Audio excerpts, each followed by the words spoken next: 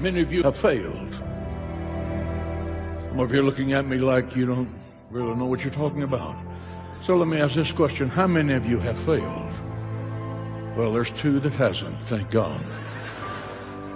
You may be raptured any moment.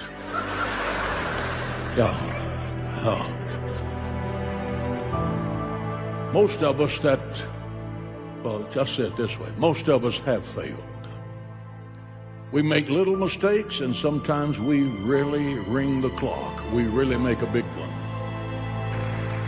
Remembering yesterday's tragic mistakes cripples your ability to have hope for tomorrow.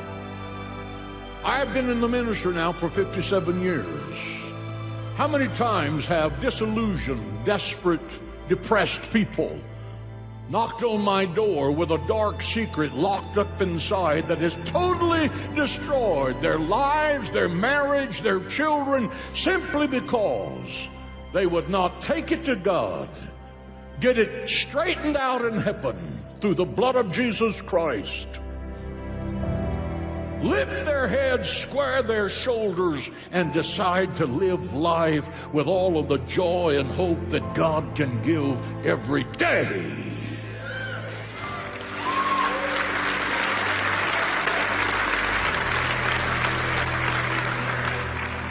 Have you read this book? This is not a book about perfect people. That's why I really like this book. There's human failure in here on a scale that makes the worst of us look like Boy Scouts. Let me walk through the pages of Bible history.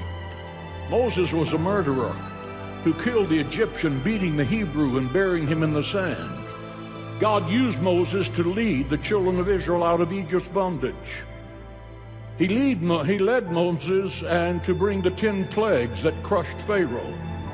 Moses led them through the Red Sea.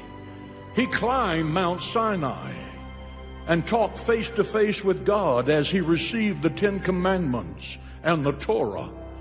Think about face to face with God. I mean, that's a major league experience. No one in here has ever done that.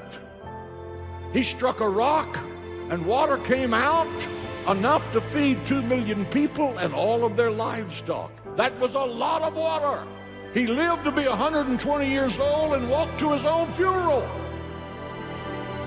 God himself buried Moses to keep Israel from worshiping him. Now get this. Fast forward to the New Testament.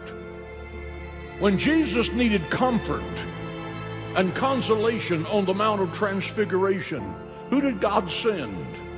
Moses. Moses came to comfort Jesus in his darkest hour. That's real tall cotton for a killer. Think about that. There is hope. There is hope for you. There's hope for you. And there's hope for you.